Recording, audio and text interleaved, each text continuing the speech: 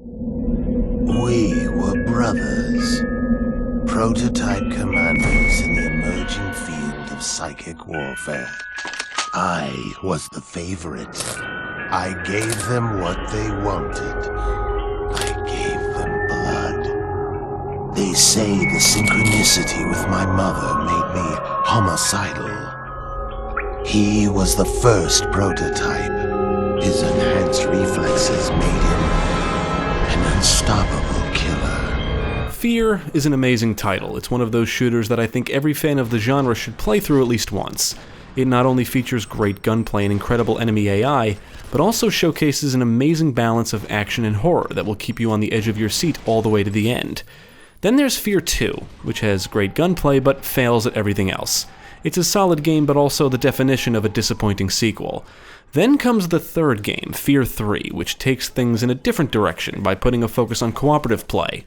Developed by Day One Studios and published by Warner Bros. Interactive Entertainment, F.E.A.R 3 was released for PC, PlayStation 3, and Xbox 360 in June 2011.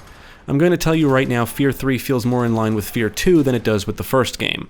But after my disappointment with F.E.A.R 2, I went into this not expecting much, so with that mindset, I figured it could only entertain me rather than disappoint, assuming it did not entirely suck. This review will contain some spoilers, so if you're sensitive to spoilers, now is the time to stop watching. You have been warned. Now let's take a look at F.E.A.R 3 and see how it turned out. You still don't remember, do you? Set after the events of F.E.A.R 2, the Point Man has been captured by Armacam soldiers, and his brother, Paxton Fettel, now a Spectre, breaks him out of a prison in Brazil, and the two form an alliance. In addition to being hunted by Armacam soldiers, they learn they're also being hunted by a monster formed from the memories of Harlan Wade. Most of the attempts at scares come from all the paranormal activity from the duo's mother, Alma Wade, who is pregnant as a result of raping Michael Beckett at the end of F.E.A.R 2. F.E.A.R 3 is supposed to be an action horror title, and I would say it features some awesome action, but lacks scares, much like F.E.A.R 2. Famous filmmaker John Carpenter directed the cinematics for F.E.A.R 3, and I bring it up because apparently it's supposed to mean something. Now, I like John Carpenter in many of his films, but his direction doesn't really save the writing from failing to do anything interesting with the characters or plot. The only thing I was really interested in was seeing how the story handles the third child. F.E.A.R 3 does feature different endings, and the one you see depends on which protagonist ends up with the highest score.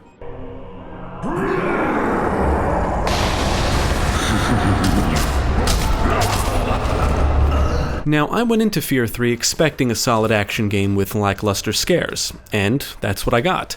The developers clearly tried to take the series in a different direction with this game, and it's obvious the story was written to accommodate the new cooperative gameplay style. F.E.A.R 3 is an action-packed experience with scripted scares and some creepy moments, but it feels more action than horror. I did play through the campaign solo, twice. Completing intervals or missions as the Point Man unlocks them for Paxton, so I played through it once as Point Man and the second time as Paxton.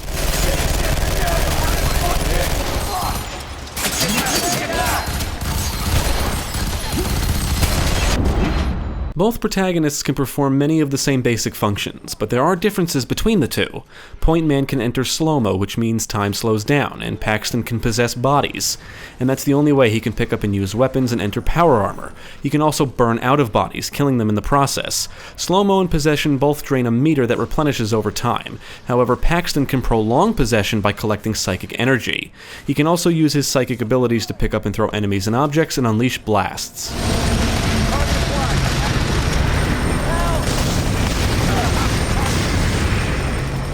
F.E.A.R 3 can be a very fast-paced action game, and I actually really enjoyed the gameplay, and I preferred playing as Paxton. Health does regenerate, and Paxton's health automatically replenishes when he possesses a body or burns out of one. So possessions also double as an additional layer of health, which allowed me to experiment more. Plus, you can possess bodies from a decent range, and as a result of some enemy placement, gain access to areas and vantage points typically inaccessible to Point Man. The possession ability lets Paxton get around the environments a lot quicker, not just because he immediately jumps to wherever the body is, but also because if the body is killed before you can burn out manually, you'll revert back to spectral form with your health replenished, so you can just keep going. As Point Man, you have to be a little more careful and use cover more frequently.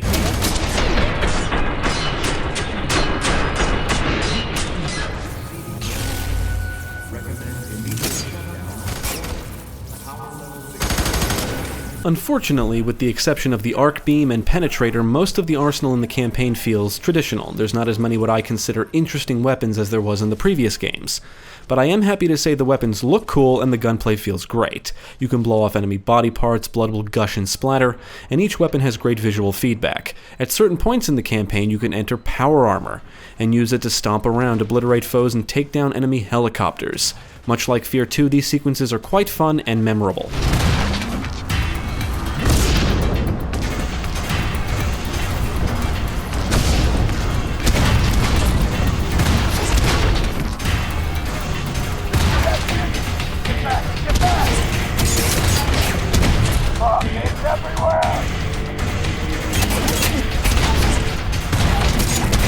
As you play, you can complete challenges by doing specific things, and will be rewarded with points as a result.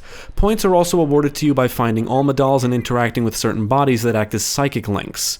You're scored at the end of each interval or mission based on your performance. The scoring system does add some replay value. You do receive bonus points for finishing missions within a certain time limit. This is an incentive to be quick and experiment, and in that regard, I do think Paxton's psychic abilities gives him an edge. After reaching a certain amount of points, you rank up and unlock bonuses like additional health, faster health regeneration, increased slow-mo and spirit, and other things along those lines. These bonuses can make things easier, and I will say F.E.A.R 3 can be a challenging game if playing solo.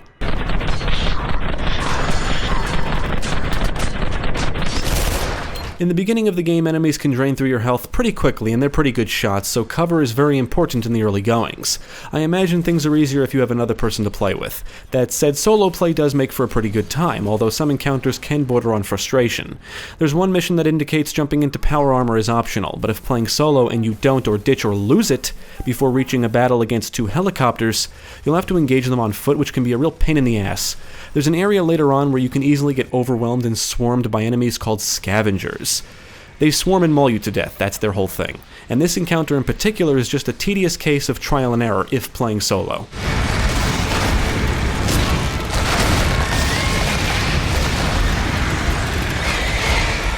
I would say most of the time encounters feel fair. You're always outnumbered, and because of their numbers and accuracy, enemies can be dangerous, but their intelligence is average.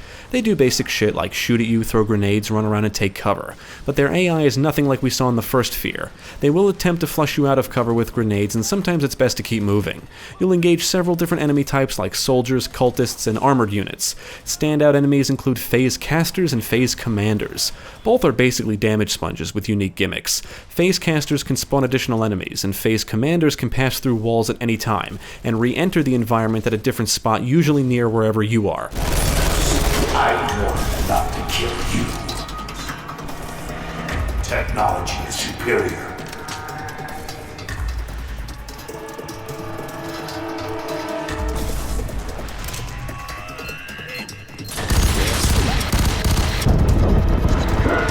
Since Paxton can possess almost every enemy in the game, he has access to additional weapons. For example, if he possesses cultists and cannibals, he gains access to melee weapons and throwable knives. Some cultists have bombs strapped to their chests, which can be used to your advantage if you're in possession of one.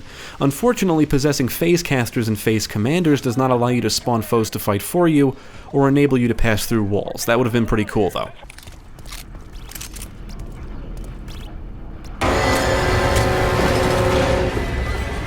The campaign only consists of 8 intervals or missions, and it shouldn't take you very long to complete, at least on Commando, which I equate to the normal difficulty. I did get through it quicker playing as Paxton. The environments are linear with a mix of narrow paths and more open areas for bigger battles. Sometimes there are multiple ways to reach a destination, but the game primarily funnels you where you need to go, and there are often rooms and areas off to the sides that contain psychic links, Alma dolls, and pickups like weapons and ammo. You'll shoot your way through a prison, slums, airport, and on the streets among other locations. Most of the campaign has you running and gunning, with brief periods of downtime for what feels like forced attempts at scares.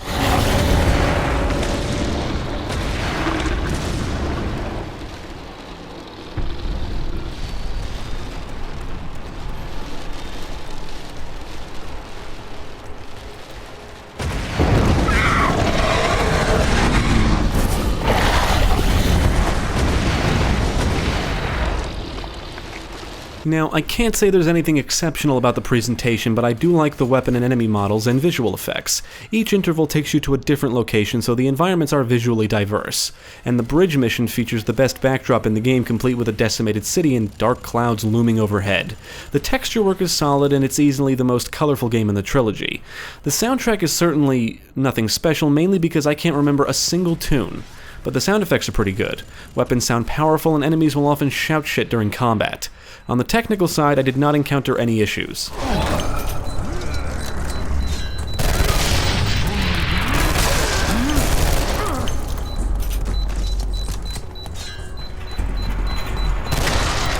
After beating F.E.A.R 2, I went into F.E.A.R 3 expecting more of the same, and that's basically what I got. Although I do think it's better than F.E.A.R 2. I like the gunplay more and encounters are more exciting. But much like F.E.A.R 2, F.E.A.R 3 contains next to nothing of what made the first game so amazing.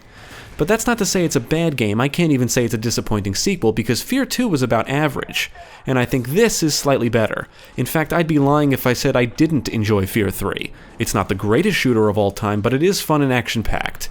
It's a good sequel to 2, but disappointing when compared to the first game. This feels so far gone from F.E.A.R that I felt no point in trying to analyze how it fails at what made the first game so special. It was made by a different developer, and they clearly took this in a different direction and just rolled with it, and I personally enjoyed the gameplay. What really stands out about it are the gunplay and character abilities, specifically Paxton. Slow-mo is nothing new at this point, but being able to possess bodies adds an interesting dynamic to the encounters. I really enjoyed it. I think the final mission is probably my biggest complaint with the game, because from a gameplay perspective, it's not as fun as any of the missions that came before it.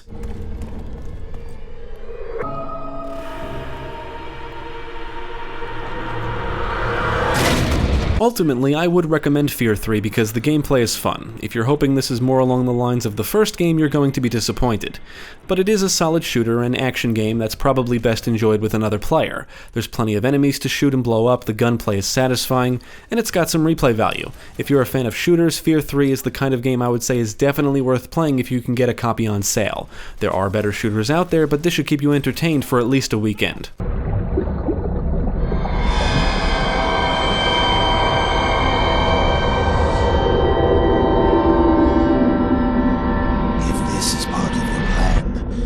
Say things are going quite swimmingly.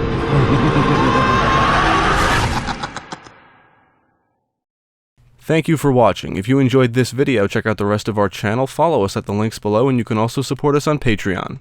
If you're interested in more gaming content, check out our friends over at Gamecast.